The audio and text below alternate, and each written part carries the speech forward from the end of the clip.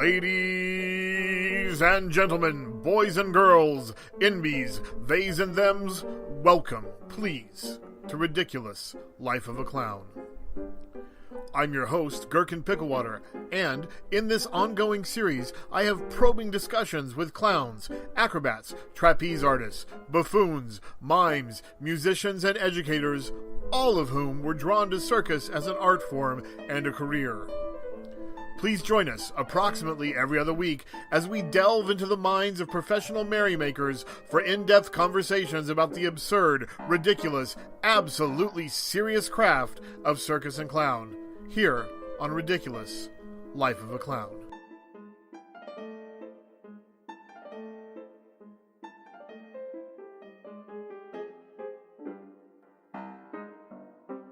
Hi, my name is Cole Bai. I am a second-generation clown. I was born and raised performing with my dad and brother, and now I do other things. I'm here with Gehrkin Picklewater. I didn't mean to step over you there. It's okay. And so in this one episode of Ridiculous Life of a Clown, you're going to be asking me questions instead of the other way around. That's right. And this is a first for me being on any podcast. I'm honored to be here. Thanks for having me. Thanks for coming.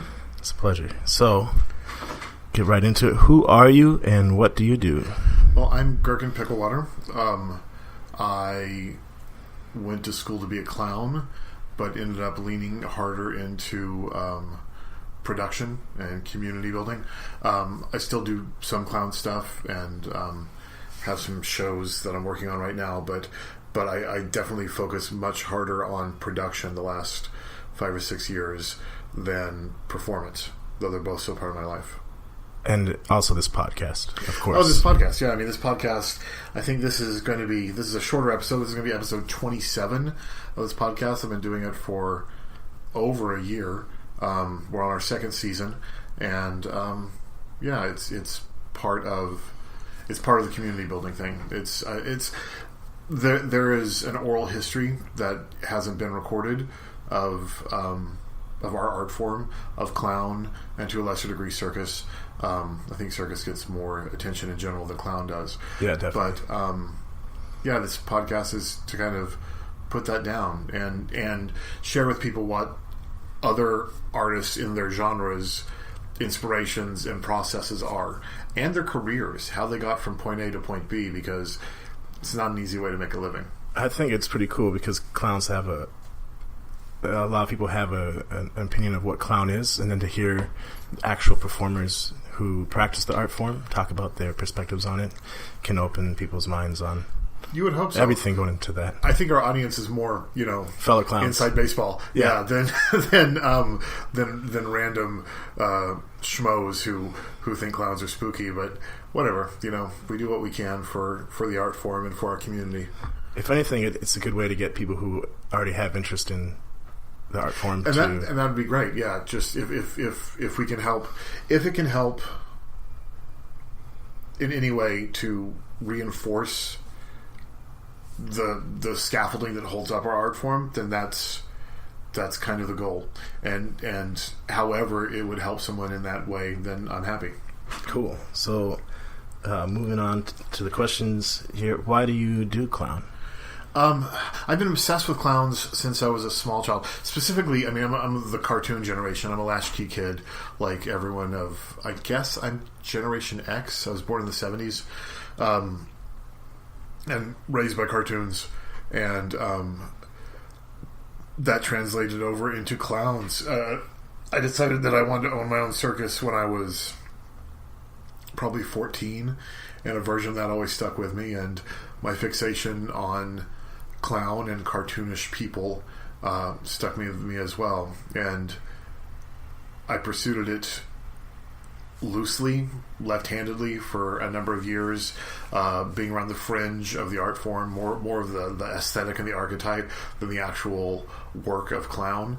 As a photographer and an artist, and later as a performance artist, I was a clown as a barroom wrestler, doing barroom professional wrestling up in Portland, and I did a clown character in that, and that eventually led me to taking classes and going to conventions and that were just, ooh, they were like elderly grandma birthday party, not even birthday party clown, like ministry clown kind of classes and conventions, because that's all that was available in the Pacific Northwest at the time.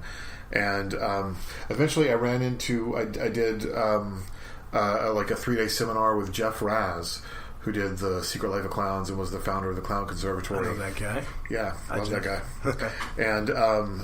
And it convinced me that this was a viable option as a career.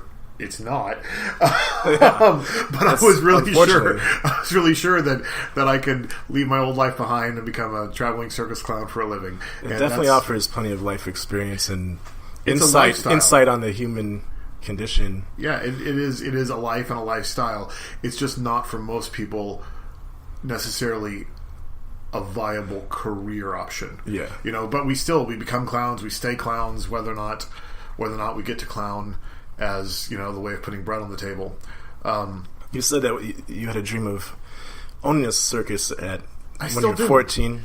But I would say in a lot of ways that would make sense why you're more on like the producing side too, because as far as that being a reality, that's pretty close to it here these days. Yeah, I mean, I've produced a great deal of circus in the last 10 years through the Picklewater Clown Cabaret and until this year, 10 years in a row, the Picklewater Free Circus Festival at Union Square in San Francisco. And then just doing corporate gigs and parties and producing shows for I did a couple of things for some advertising company called Street Factory Media that we've done some shows for them where they come to us, people will come to us as a company and say, we need a circus show, and we'll put that together. But then there was the cabaret, which lasted for 2 or 3 years, and it was primarily a benefit cabaret where every month we would put on a benefit for an arts organization or an artist within the community. Yeah, I remember coming to a few of those. Those were great. That was great. It was good until I just couldn't afford to do it anymore. But yeah, producing requires less of you than being an actual clown. It requires less vulnerability, less bravery. All it requires is money and commitment. It's a lot of time, though. And it's not like I have any money, but you make it work. All right, I think you already kind of answered this, but maybe you want to elaborate more. So, what are you reaching for, trying to accomplish? Well, as a clown and as a producer, 2 very different things that I'm sure they're probably interrelated, but I'm blind to it. As a clown, I want to take a fear, I guess, that we hold as a society and show my audience, bring my audience together as kind of a unified whole against. It's my belief that laughter and smiling are akin to barking and baring of teeth amongst pack-oriented animals. When we're exposed to something that violates the social contract in a specific way, we bare our teeth and bark. We smile and laugh. We say, "That's not me. I'm not the one who's fucking up. You're fucking up. You're right on the outside." And by doing that as a group, we're coming together as a tribe. We're coming together as a tribe and saying, "This person's on the outside. We're on the inside. We're safe. We're strong." And that makes us feel safe, and it makes us feel strong. And people hate hearing this because they don't like how negative it sounds. But that's the thing, is that I'm volunteering to ostracize myself. I'm volunteering to take this on myself. And maybe in doing that, I can then turn it around and show this is actually not something to fear. This is not something to be afraid of. Maybe the fear is what you should be looking to change. Maybe it's something inside of you is what you should be baring your teeth and barking at, not me on the outside. Yeah. And when I perform, it's generally a look at the fat naked man, and but I think there's a great deal of grace and this sounds so much humorous. Confident humility there's a lot of confidence and precision in being a fat naked man dancing. I would definitely agree that the laughter that comes out of people naturally, uncontrolled laughter, oftentimes is a recognition of something that's familiar with themselves. Like, oh, I can relate to that. I've been in that position before. I've been that idiot before. Whatever type of idiot it is, or I've been the person who's created this conflict before. I'll get back to questions, but yeah, I see that as far as this smile and the grimace being very similar to clown, and, like and again, it's that concept often that we talk about, the 49% tragedy, 51% comedy. And again, to me, comedy is just an alleviation of stress, an alleviation of fear. It was probably Jean Do, but maybe he was quoting someone fancier. Dominique Jandot. Yeah. Who was a French clown, and he lives in San Francisco now and taught for a long time at the Clown Conservatory. I always said, there's nothing funny without some pain in it. Yeah. Everything funny, everything actually sincerely funny, everything that makes you laugh has some pain in it somewhere. And it is denial of that makes us feel strong. It is the, that's not me. Right. Or that was me and I survived. Or and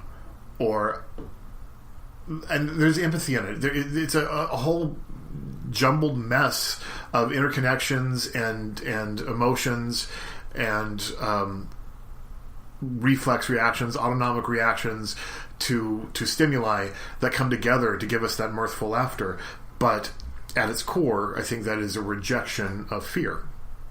Or a digestion of it, or some sort of some processing of it. I agree. I would agree with that.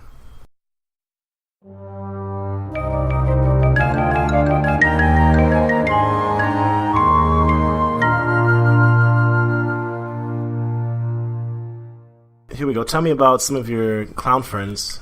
Who do you respect and keep close? Oh, that's not super fair because I have so many members of my community are clowns.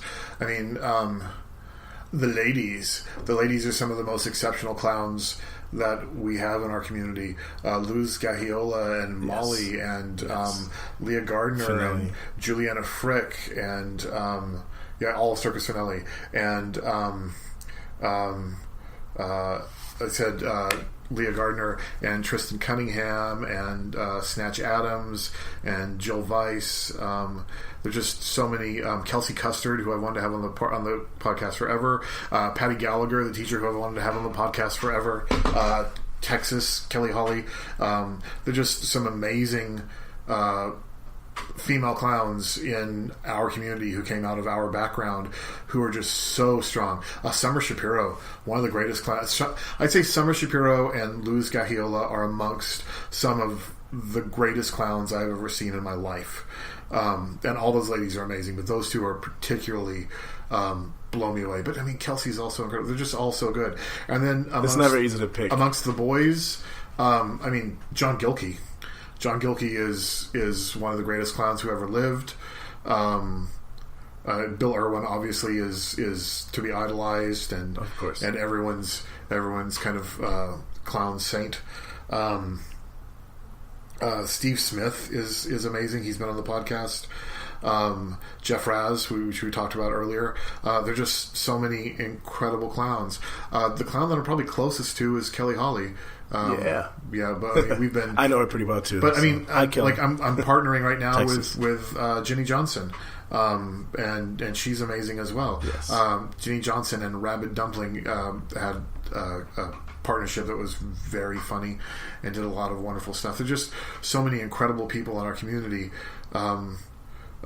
Jamie and Natasha, there's so many great clowns. Coventry Kaluza. Yeah, Coventry Kaluza, Jamie and Natasha. There are so many great clowns who came out of our school of theater, out of our weird dogma that we all learned that I guess I learned wrong. But no, I'm curious what you mean by that. Well, because I was when I interviewed Jeff, who founded the Clown Conservatory. We were talking about the dogma of the school and how valuable it was to me, and it turned out what he envisioned as the dogma of his school and what I took as the dogma of his school were two entirely different things. His was all about putting structure first. That's on one of your podcasts? Yeah. We talked about it Yeah. at length. But his was about putting structure first and building the physical beats of the act before coming to character. That's definitely what I got working from simple Jeff. to complex. Whereas for me, it was just about emotional vulnerability. Learning to be as open and vulnerable and honest as possible at all points. Which for a criminally minded person like myself is somewhat difficult. I mean, I've always been roguish, to put it politely. I'd say to execute clown well, you'd need a combination of the two. Yeah. Personal opinion, and I definitely got from Jeff Raz. I attended the Clown Conservatory, and it was him and Patrick who founded it. I don't remember his last name though, so I guess that's not necessary to bring in. But from Jeff, I definitely got a lot of skills on polishing that raw vulnerability and turning it into an act that was actually presentable. So, what would you say? This is a difficult one. What would you say are the pros and cons of working in this art form? Well, the cons are people are idiots. Yeah, and they don't respect what is one of the most important art forms to ever exist. But in some ways, the not respecting part is difficult, but the idiots part is part of, I'd say, the pro too. Well, perhaps. I mean, it gives you more material to work with. Yeah, and we are people, and the humility idiots. of it too. Yeah. But I mean, the real con is making a living. I mean, it is to be an actual clown, to be a pure clown, to be clown at the core of what you do for a living. Someone that comes to mind when you say that is like Carla Malugo. Do you know them? Okay. Street performer, clown, accordion player, juggler, whistler. But to be purely clown, I'm thinking someone who's doing clown theatrically for a living. Someone who's doing, I mean, and not even Cirque, because Cirque doesn't really have clowns. They have stand-up comics in the clown roles. At least that's the way it was a few years ago. Doing clown purely, I mean, like Slava, I guess, would be a good indication of someone who does clown purely as clown, Slava Snow Show, or maybe one of the many interchangeable clones that do the Blue Man Group. You know, they're all cloned from the same piece of DNA in a lab somewhere in Nevada. But to do that for a living, to just do clown for a living, is almost impossible. Yeah. There have been hundreds of it. Well, not hundreds, but over 100 of us came out of our particular background. And how many of us do just clown for a living? 5? 15? Yeah, I don't know. It's a low number for sure. Yeah, because you can't just do clown. It's you hard gotta to live teach. off of, yeah. You gotta or busk like the person you were just talking about, or produce, or have a day job, or have a day gig, or have a secondary circus skill, have another circus skill that you can rely on as your meat and potatoes.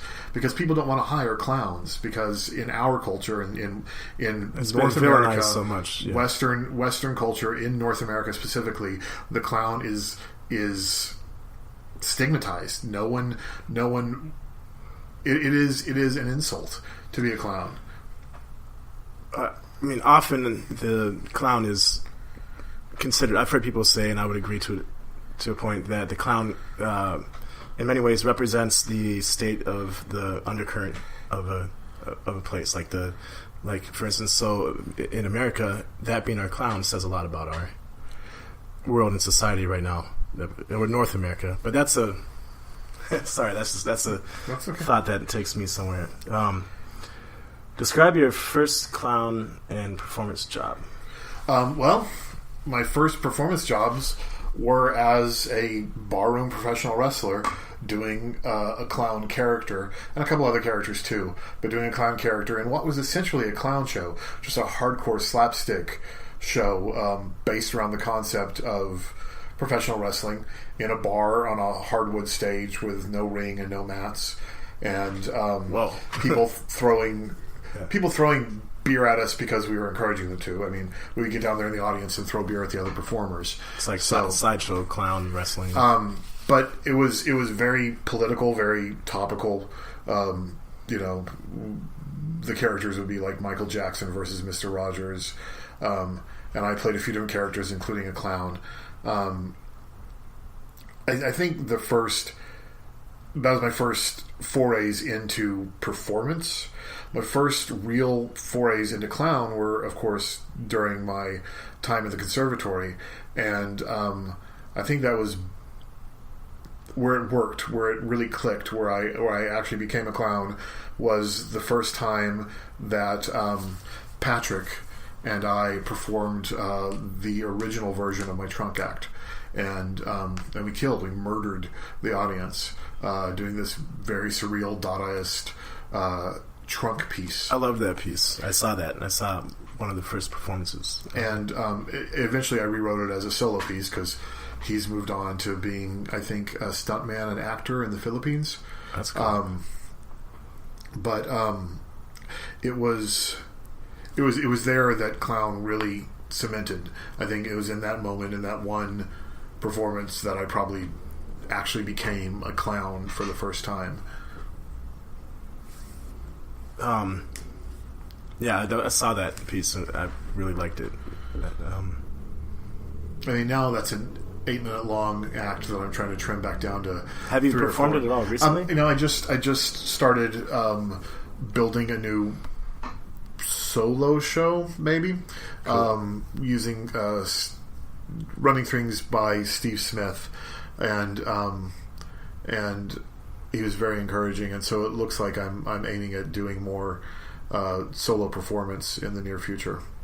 I look forward to seeing that when it happens. So I don't know. Maybe this would be the wrestling gig, but perhaps not. What was the weirdest gig that you've done, and why?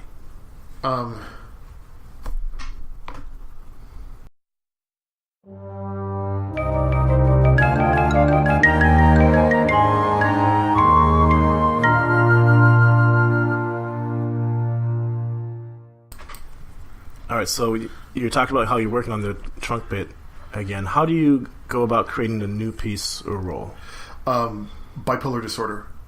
Wow. I have been bipolar 2 since I was 14, and I will be walking down the street. Bipolar 2 means hypomania, which means less than manic, as opposed to manic, where you think you're, immortal and untouchable and get super pragmatic, and that doesn't normally happen to me. But I do get strokes of inspiration that become obsessions, and that's how I go about making a new piece. And sometimes that means chewing on it until I get hit with inspiration. Sometimes that means just keep refining what I've got until something else comes up. But for me, new pieces, I'm not prolific in creating pieces. I do the things that hit me the hardest, and that's the theoretical framework of what's good or not is a question I normally ask people when they're on this podcast. Right. If it makes me laugh, I don't care about anyone else. I mean, I care deeply about everyone else, right. But when it comes to clown, I know that my audience is every human being on the face of the earth, and some percentage of them, which is going to be massive, even if it's just a fraction of a percent of all the human beings on the face of the earth, are going to find it hilarious, as long as I find it hilarious. So then it's about creating a piece that is as true to what I find moving and funny and inspirational and ridiculous and embarrassing and fulfilling as I possibly can be, and then hopefully letting that find its audience. I think that's a pretty healthy approach. I feel like a lot of people get stuck on worrying about, are people going to like this, are people going to like this, or people don't like this, people don't like this, and it just stops them from performing entirely. Or I have some good clown friends who are very much in that boat, who I've tried to build things with, who are very worried about what the audience would think. I'm just like, I cannot worry about what the audience would think. I know this is funny. This makes me laugh. So therefore, it's the way to go. Unless you've got something that makes me laugh more. Well, and that's great to take it out and test it on the stage, and then also, of course, the audience actual reaction and then feeds and helps that grow. And then you deal with the reality of an audience. Yeah. Okay, this didn't work, or this does work, and then you start making changes. I definitely err on the other side. I'm less likely to put myself out there unless I really feel confident that this is going to. And see, I mean, the first time I did the naked fat man dancing act was for John Gilkey, and I didn't warn him either. He just came in and I took off my clothes and started doing the act, and the first time I did it in front of an audience, it was the same kind of thing. It's take the risk, go first, be brave, be vulnerable, get out there and flop around. It makes me think of his We Are Nudes. His We Are Nudes was excellent. Not nude, since though. the time-wise we're getting kind of closer here, I'm going to keep moving things along. Tell me about some of your favorite media. What still influences you? This is so depressing because the media that I found the most inspirational in terms of comedy, the writer who moved me the most, just got outed as a big TERF. Trans-exclusionary radical feminist. He's anti-trans, like intensely anti-trans. And I loved him so much. His name's Graham Linehan. He did the IT Crowd and Father Ted and a bunch of just truly excellent scripted comedy. And they're well worth tracking down and finding. They're a little problematic, looking back on it. But the IT Crowd is one of the... That makes me think of like Ace Ventura, Pet Detective. That I would never consider one of the greatest pieces of comedy in the world. It was really influential on me as a kid. Okay. I don't want to take the attention away, but it is clearly highly transphobic. I've not seen it, so I believe you. Oh, wow. Okay. Richard Ayoade, I think, is one of the funniest comedians, writers alive. He's also a director. I don't necessarily super love his work as a director, but his work as an actor and a writer is incredible. He's also British. Again, Gehrkin is a huge influence. I hate to keep blowing smoke up his ass, but he's very impactful on me. Irwin has always been the inspiration for wanting to become a clown in the first place. He's why my name is Gehrkin Picklewater, is because it was an homage to the pickles and specifically him. And again, the clowns that I know that I've already mentioned, Summer Shapiro, Luz Gahiola, Ginny and Rabid Dumpling. I mean, there's so many people who are actively in my life who are major influences on, what I do. Pie was so good. Oh yeah. Yeah, in their heyday, when there was 5 or 6 of them, I mean, they're still good, but when there were 5 or 6 of them, they were exponentially, All right, what is a role or project you've always wanted to do but weren't able to? Well, I mean, again, I want to own my own circus. I wanted to put together a one-ring circus show for a long time, theatrical, probably Edwardian and aesthetic, but with a kind of a Maurice Sendak, Dr. Seuss feel, where we're doing something between an early one-ring American circus from around 1910 and something out of the 10,000 Fingers of Dr. Lau or whatever it's called. So the animals are instead half Muppet, half man, fantastical creatures. So we do have fake animals in our circus, more in keeping with a circus of that period.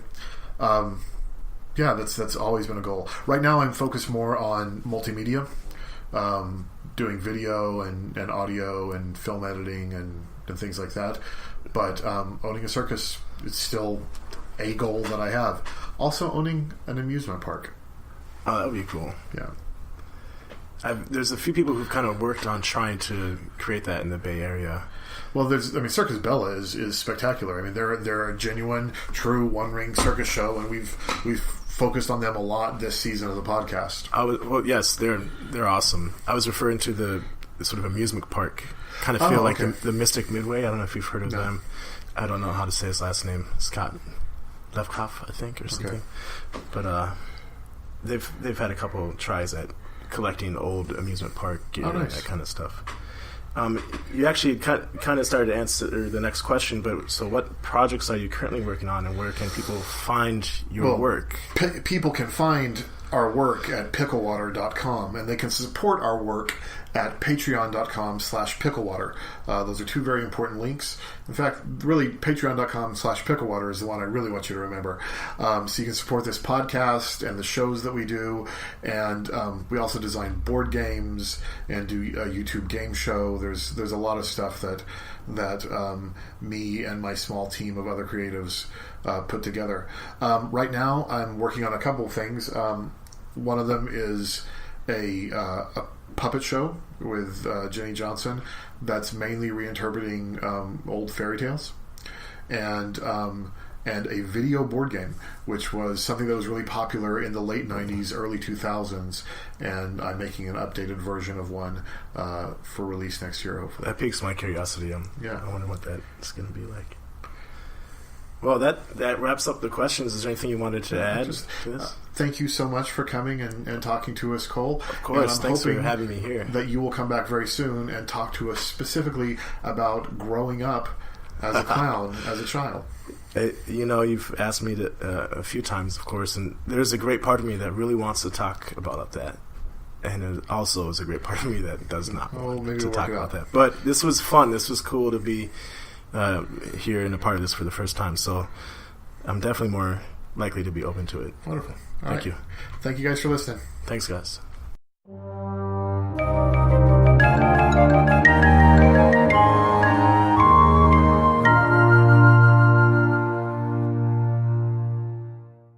Ladies and gentlemen, thank you for joining us today on Ridiculous Life of a Clown.